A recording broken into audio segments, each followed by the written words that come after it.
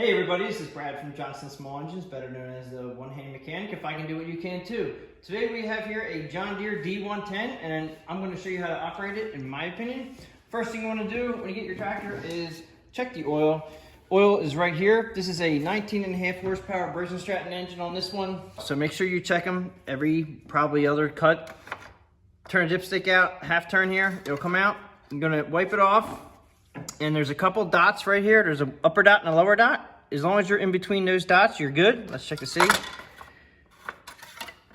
Okay, this one is right on the upper dot, and that's perfect. Okay, so we checked the oil. Your battery is here. If you want to know where your battery is, I'm gonna go ahead and shut the hood. We're gonna go ahead and take a walk around. Back here, we have the height adjustment for your mower deck. Just get it into the position where you like it in your lawn. We have the emergency brake here, which means that when you push your clutch in, pull up on the handle, let go of the clutch. It's actually your clutch. It's a clutch/brake. It puts the brake on it, and also it disengages your transmission drive so you can't go anywhere. When you do need to go somewhere, or when you go somewhere, make sure you push this in. And you do sometimes have to push it in pretty hard to get this to go off. Push it in, push that lever down. That'll engage the transmission and disengage your brake. Okay, we have on these machines, just to give you a little maintenance, these do not have bearings in them. I'm gonna put a link in the description below for all your do-it-yourselfers out there. If you wanna change these over to ball bearings, I have a kit that you can order and you can get them changed out. Come around this side. This is your PTO lever, which is your power takeoff, which means that this is how you engage and disengage your mower deck. It is in the off position right now. When you engage it, you're gonna flip it forward, disengage here. We have a hour meter, this showing 97.5 hours. It's a nice thing to have an hour meter for your scheduled maintenance. The ignition key is here. We have stop. And then your headlights are on, and you can see that they go on when you turn your key on, so make sure your key is in the off position when you are not driving a tractor. And then you have the on position, which is where it's gonna sit when it's actually running. And then you have your crank, which is here. Okay, down to your foot pedals here, we have a forward pedal and a reverse pedal. This is how you'll move the tractor forward and backward. And then you have your cup holder here.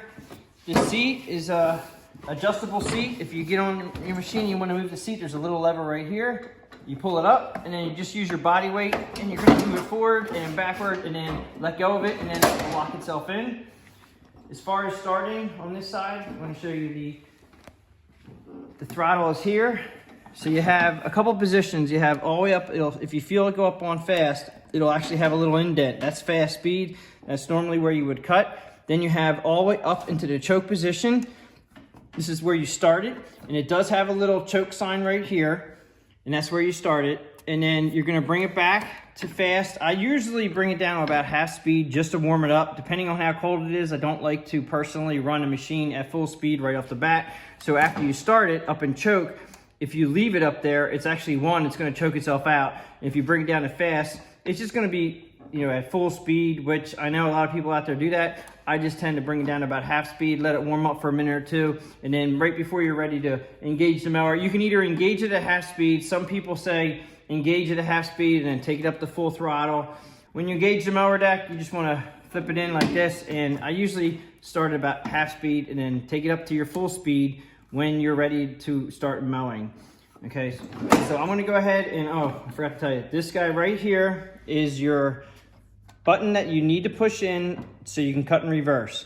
You will find out, and I'm gonna go down and I'm gonna show you this outside on how to cut and reverse. When you hit the reverse pedal, if the mower deck is engaged, this will shut off. It'll shut the engine down. It's a safety switch. All John Deeres have this.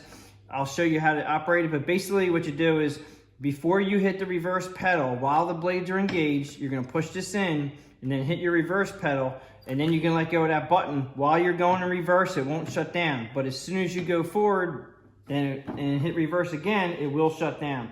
I'll try to explain that to you outside, but right now I'm just gonna go ahead and show you how to start it up. So all the way up on choke, we're gonna turn the key to crank, and as soon as it starts up, I'm gonna bring it down to idle, and then we'll go ahead and show you how the forward and reverse pedals work. Okay, so you cannot run the machine unless the parking brake is either pushed in Or I always lock it in, just makes it easier for me to start something up. And you can just hold it in with your foot if you want to, but before you can start it, you have to have the emergency brake on.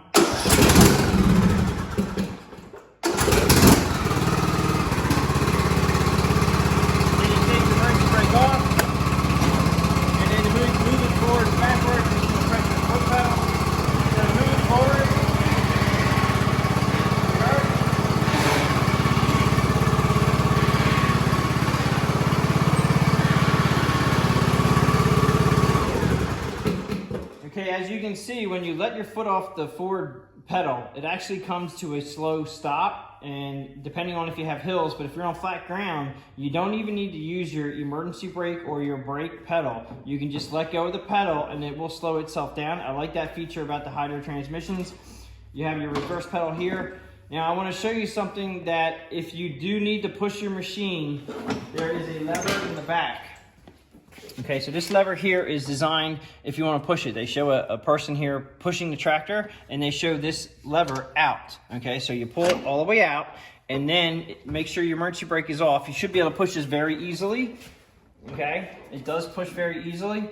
Push it back in. Make sure that you push this back in. If you ever get on the machine, I've had a lot of people say that they get on the machine and it doesn't want to go after somebody delivered it to their house. It's because they pulled this out to drop, to push it off the trailer, and they forgot to push this back in. So make sure that's in at all times. Make sure you have it out when you're pushing it or towing it. You do not want to have this in when you're pushing it. You can hurt the transmission. While we're back here, I forgot to show you, but here is the gas tank.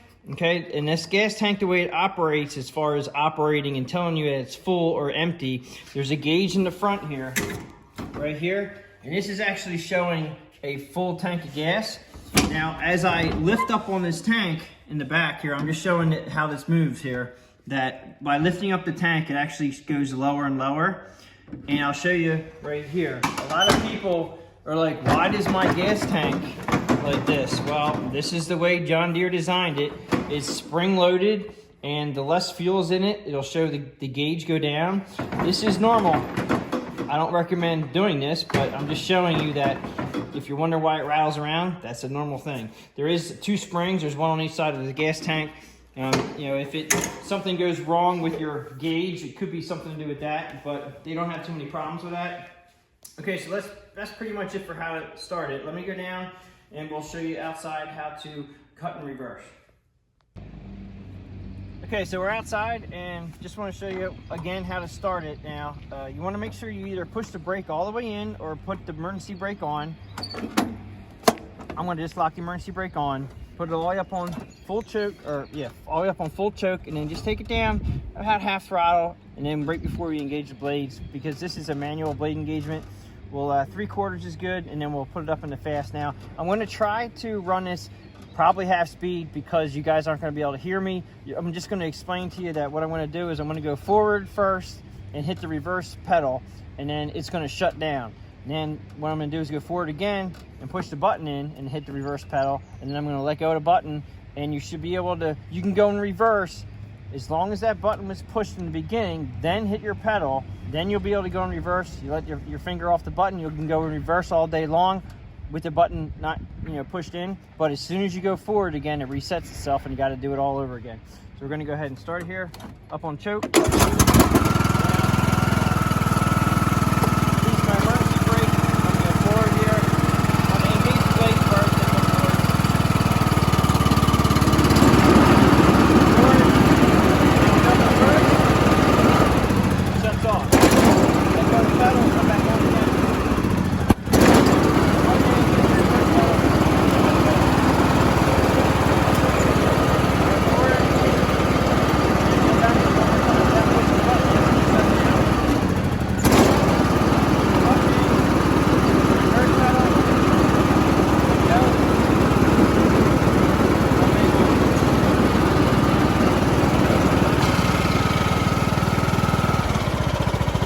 Pretty much sums it up for how to start and operate a John Deere D110 with a 19.5 horsepower Briggs and Stratton engine on it. If you like this video, please give it a thumbs up, subscribe, tell your friends about my channel, and I'll catch you guys on the next one.